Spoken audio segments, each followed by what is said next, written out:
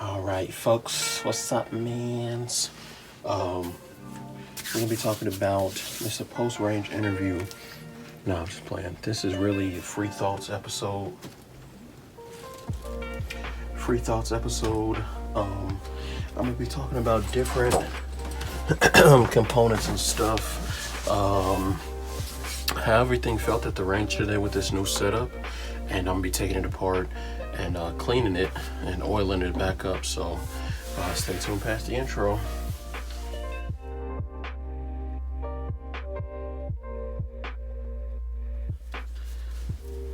Okay. This is a episode of Free Thoughts, and we're gonna be talking about a couple things in this episode today. It's a little zoomed out, but I wanted you guys to get the whole feel today. So one thing that I gotta say before I started off, before I start talking about all the parts and stuff, I was gonna be heat testing it with this, but I couldn't make it. The batteries died, so couldn't get it because I was gonna test the hand guard, see what the temperature was, and then test the hot pocket. But we'll get into that. Just know that I couldn't get to that. So I had to resight this red dot in because I took it off to tighten and Loctite the inner bolts that actually hold the red dot onto the mount. So I had to re-zero it, and it was actually easier than I thought, but it took more rounds than I thought actually. So because I did like groups of 5. Oh, and before I forget, the magazines that I used today, man, it was crazy. I got crazy results. We'll talk about this in a little bit, but this the OEM, this the X-Tech, and this the Magpul 10 rounder. This is the one that I use the most. You'll see this in the video when I drop my K&S piston video separate. You'll see this. But yeah, we'll talk about these in a little bit. So I was doing it from resting bench. I usually have like a bipod or something, but I actually just did it off the bag, and it was kind of pretty stable actually. I like that. There was one guy who actually had it, and this is the limitations of an indoor range, by the way. One guy had like 2 bags stacked on top of each other, and he was standing doing it. I was like, wow. I was just wondering what he had in the bags before he, but let's make sure that it's clear so that we can show YouTube we're in a safe environment. So yeah, but these was the results. And I'll show you probably the tightest groups that I've ever shot at about 15 yards. So I want to say this was my first group, so I had to adjust, up. So I did, and then with this one I held up, and I was like, even with me holding up for a Heidelberg bore, it's still high. So, but this was my group, and these are all 5-round groups. So look, you can see 1, 2, 3, 4, 5, and this fucking group is all touching. Like, look at that shit. That shit is crazy. And then I held that one, and I was like, yeah, I'm not even touching the bullseye. And then this one was kind of the same, and I put 3 more in, and I held after this 5-round group. So I was like, yeah, even with me holding it still kind of. So then I went to, then went to the middle, and I was like, yeah, I'm in the area, but I was like, I still gotta go a little bit to the left. And then I was here first. I was like, okay, I got it dialed. And then that was when I hit that fucking 5-round bullseye right there, which was crazy. I'm a big proponent of repeatable actions. So I was like, yeah. And then every target I shot after this was just straight bullseye. It was on the money. Then I had to sight in my red dot because I also had to take that off my EPS carry.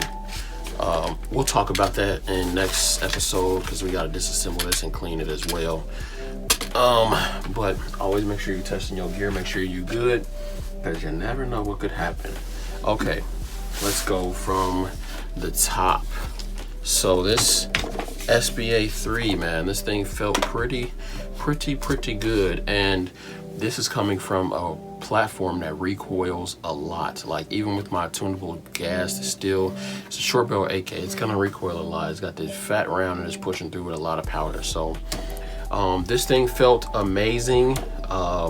Can't really say enough about it other than it just felt really good. It definitely felt wider than the SBA3, a little bit more comfortable, because this part at the bottom is like some type of softer polymer, whereas this one, the one that actually encases the buffer tube, is actually harder. So I definitely felt that softness a little bit. It's not like soft like the AK SB brace that like folds. It didn't give at all. It's just solid, because it's got this is like softer, this is softer, but it leads into the harder. So this might have a little bit of flex, but not much. I didn't feel no flex in it, so it definitely held up pretty well for me. And occasionally putting my cheek on this was very comfortable. So for those of you guys who stuck in for that part of the video, no surprise, trigger worked fine. Actually, I wanted to point this out. Sometimes when I have it on safe, I have a hard time racking it. I don't know why that is, but yeah, I'd have to, like, racking around, I can't do it on safe. I guess it's kind of probably designed like that, but I don't know.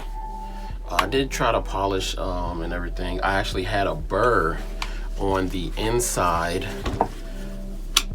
of my bolt carrier. Like it was actually a channel forming from a burr on this inner part of my, get my Sharpie pointy stick.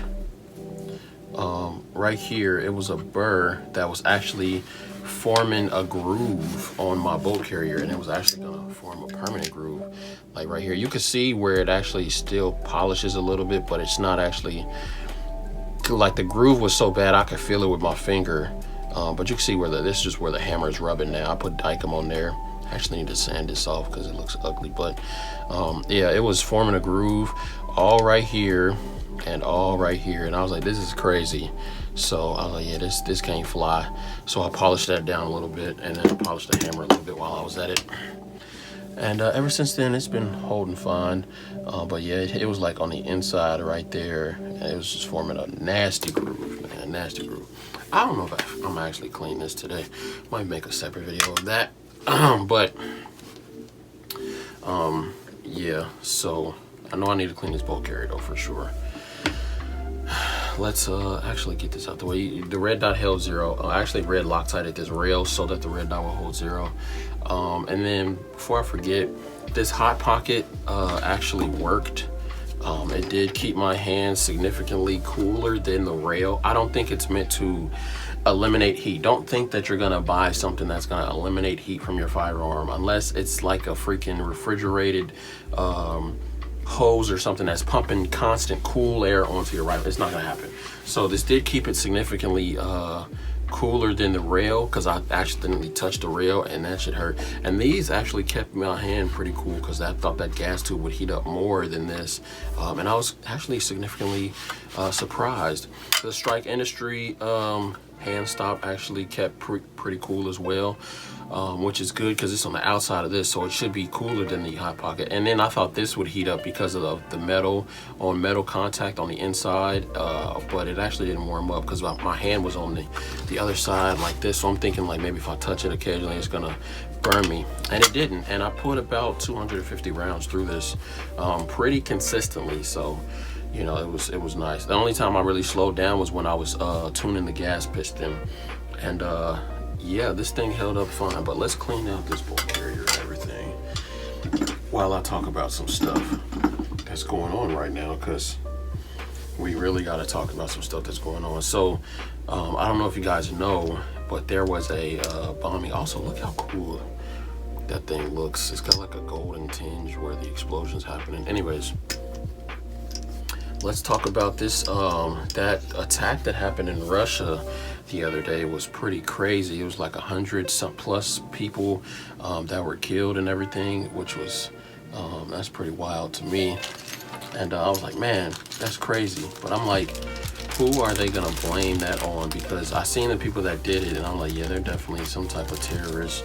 I want to say Hamas or something, but Russia has lumped in the whole, actually, let me zoom in a little bit so you guys can see that. So Russia has lumped in the whole West. And this is just from a couple sources. What sources are really reliable anymore, you know, in my opinion. But they've basically blamed all of the West and are basically saying it's the West's fault. So that's not good in terms of going to war, preventing war. Either way you spin it, it's not good. So yeah, it ain't looking, what R. Kelly say, it's looking kinda dim. If you know that R. Kelly Trapped in a Closet episode, let me know in the comments below. But yeah, it's not looking good. If they are really gonna blame the West, that 100% means that we're gonna go to war with Russia, and it's gonna be a world war, basically NATO versus Russia, which is not good. It's not good. Which all could have been prevented if we would have stopped funding Ukraine, because Ukraine has nothing to do with us. It's like, why are we funding Ukraine? Well, I'll tell you why. It's because Joe Biden and his son is getting a lot of money from Ukraine, and he wants to help incite violence. He wants to help incentivize war, literally.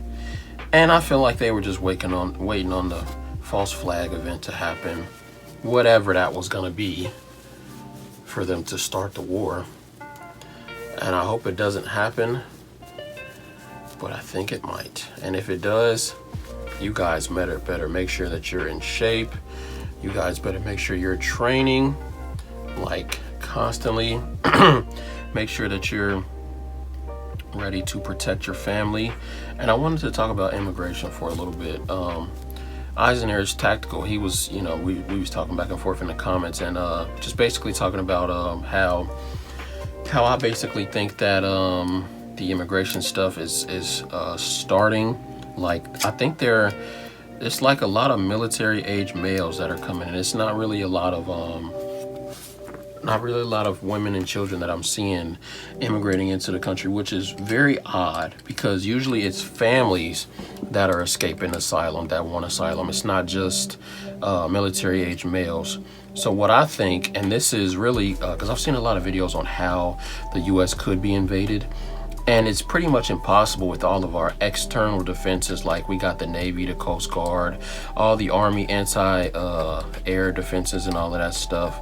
How we've got all of that, it's so hard to get in our country unless we have open borders. And what they can do, and I've been seeing this over the last couple years, they've been buying farmland. There's been a lot of foreigners buying farmland, so and kind of close to military bases as well. So what they can do is they can buy farmland, and they can train, and they can low-key spy on our military installations while training.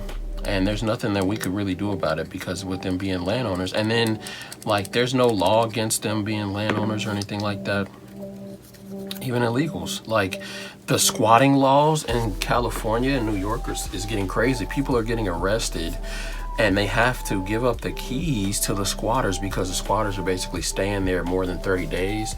So they're saying, you know, they have a residence here, so we can't kick them out.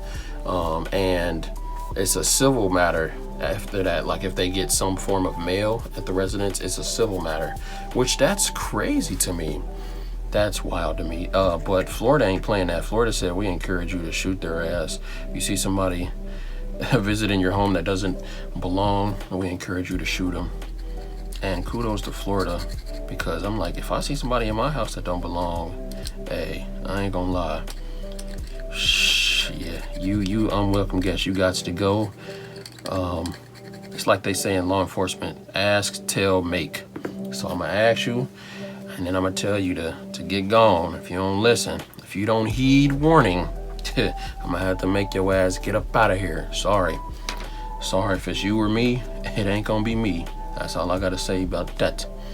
But basically the immigration stuff is getting out of control, and it's moving to major cities, like, and it's so many people coming in every month. It's like, if I was going to invade a country and I wanted to do it without anybody knowing. I would disguise my military age males as refugees, and I would send them all in, not one by one, but I would send them in pretty periodically, you know.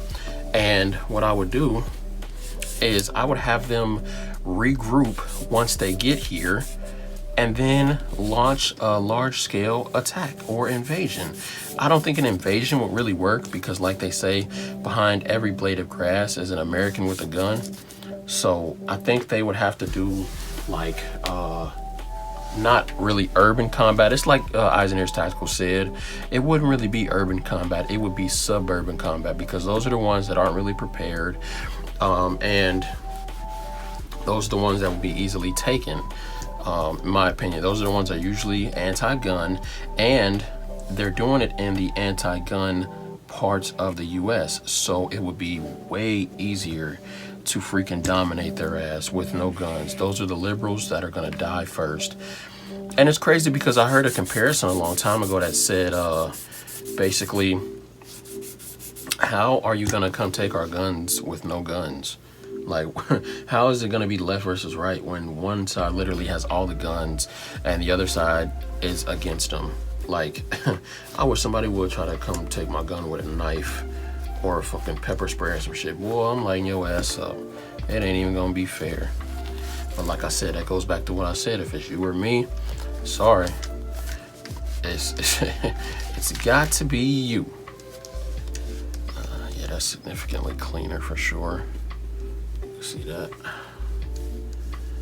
But yeah, man, ain't no way. But I think it's getting pretty bad with the immigration stuff. Like, I just don't know where it's gonna lead. I hope that I'm wrong. I really hope that I'm wrong. But I mean, all logic in my mind is really pointing to me not being wrong on this. And I think they're going to regroup and launch some type of attack, and it's going to be in an anti-gun city, and then everybody's going to not know what to do. Everybody's going to be like, oh, we tried to prepare for this as best we could, but nothing seemed to work. Well, no shit, nothing worked because you weren't ready. You weren't prepared. The citizens weren't prepared to fight back.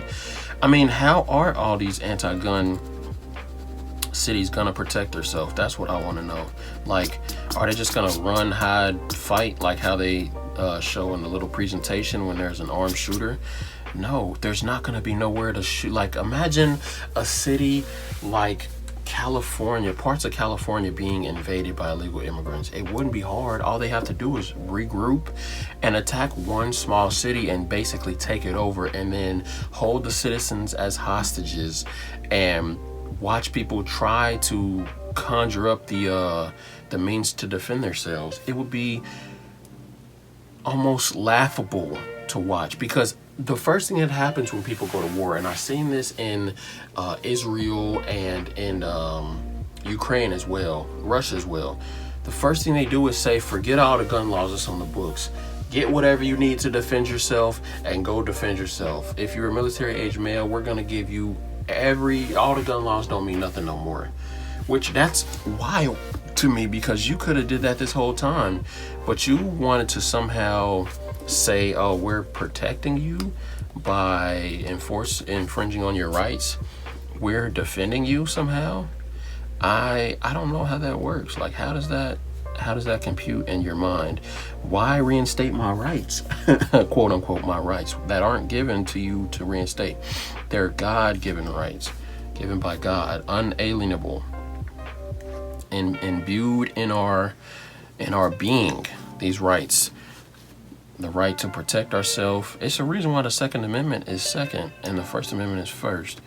Because guess what? Our right to protect ourselves and everything that we love is first, and then the right to defend it is second. You know, we got the right to pursuit of happiness, but everything comes at a cost. Apparently, the government has to regulate everything somehow for some reason. Like, that makes no sense how they think that they can control. Anyways, getting off topic. So oil in there. With the invasion stuff, I think it's gonna get worse before it gets better. And I would love to see what happens after a city gets attacked, like with the laws. What are they just gonna say? You guys can have any means necessary to defend yourself. That would be pretty interesting to me, because then what happens after, you know, like, because I know with the police movement, the anti-police movement that's been going on, there's way less police than there used to be. So there's not going to be enough police to fight back. There's not going to be enough security to fight back. So it's like, how are people going to protect themselves with their 10-round magazines? Their 20 10-round magazines? Like, I don't, A, that the laws don't make sense, but B, like, do they think criminals follow the law? Like, what do people who be passing these laws think? Like, oh yeah, we're gonna stop so much crime with this. Newsflash, you're not. Criminals aren't following congressional meetings. They're not looking up the laws on the law books. Criminals aren't even, listen to this, criminals aren't even buying their guns from the gun store. Who would have thought? Who would have thought? The criminal ain't even abiding by crime. I mean, isn't even abiding by laws. Some would say that that's the definition of a criminal. Maybe, I don't know. You guys let me know what you think in the comments down below. But yeah, I'm hoping it gets better before it gets worse. I hope that it doesn't come with to a standoff in a city that's pro-gun like Texas or something like that, because yeah, they gonna learn real quick why America has not been invaded yet. But I could be wrong. This is my opinion, and this is just free talk. Let me know what y'all think in the comments down below, and let me know if y'all like my new AK setup. Oh, another thing I didn't mention about this is when I was installing this grip, I took into consideration this angle, because when you're putting in these magazines, basically you have to make sure that it clears right here. You gotta make sure it clears that angle, and you got enough room to basically come in at that angle and then bang. So I have plenty of room, because once it drops about right there. So I have a whole bunch of clearance. I could move it up. If I decide to move this hot pocket, I'm gonna probably move it up at least one. But the problem with that is this handguard retainer clip gets really hot, so I'd run the risk of touching that with bare hands if I did. Maybe, I don't know. I'm still weighing the pros and cons. Also, I'm about to get a new mag release because this works like the push button works on mags with this extra lip on it, but it doesn't work with these. But I have a magazine release that should work with these, with all of these. So stay tuned for that. I'm definitely got to do an install video though, because you got to take out the mag release and all of that stuff. So it's gonna be a little complicated. Speaking of mags, so I got the 3 mags that I use at the range. This is why I always say test your gear. So with this, I had 0 failures. The Magpul 10-rounder, you would think that you wouldn't get none. The X-Tech, I had like 2 failures out of this, but it was like the feed ramp. It was when I was adjusting the gas, and I think I wasn't getting enough gas. It was like almost feeding the next round, and so I was like, yeah, I'm getting little problems with this, but it ran almost flawlessly. Once I tuned the gas, this ran flawlessly. But I was having some problems out of my OEM one, which is kind of crazy. Once I tuned the gas like a little bit more up, but it was like almost feeding. When this one was feeding perfectly with the gas at a certain setting, this one was not, and it kept getting like the almost feeding problem. I have a couple malfunctions that I taped I'm gonna post it in my K&S video when I drop that. But yeah, I was having problems out of my OEM, which is kind of crazy. You know, you would think from the factory these would be super reliable, but you know, I got to test it some more. But it ran fine once I adjusted it, because I was trying to get the gas to where it cycles, but it doesn't kick me like a damn mule, like it's not recoiling super bad. So I got it to that point, and then it ran fine. with this one, and then I was like, yeah, I gotta get it more reliable, so I tuned it up, I think like 3 or 4 more, and it ran fine after that, and it wasn't kicking super bad. I think, by the way, in case anybody was wondering, I think I adjusted it down like 16 or 17 out of 40 clicks, so you know, it's not that much adjustable, it's not taking that much gas out of it, but it's like Tactical Toolbox said, why have recoil when you don't have to, you know? So yeah, it was working fine though, but at first it was messing up, and I'm like, dang, this is crazy. I didn't even know I could have malfunctions out of this, because I've never had a malfunction out of this. But that just goes to show, once you start playing with your gas, you know, you can have malfunctions.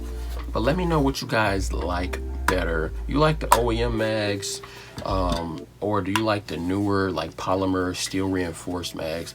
I'm a big fan of these, and if I can get like a bolt hold open with this and then like a lever that'll catch it right here, these would be fire.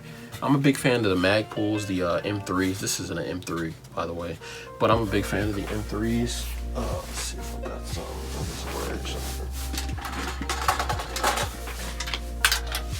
I'm a big fan of these, just because Phoenix, I think his name is Phoenix, 2Ps Phoenix, he made a video where you can like shave these down a little bit and they go in a lot better. So instead of having to really rock it in like this, like you gotta really put this in at an angle like that. I think this is probably like the lowest you can go, and you have to rock it back like that.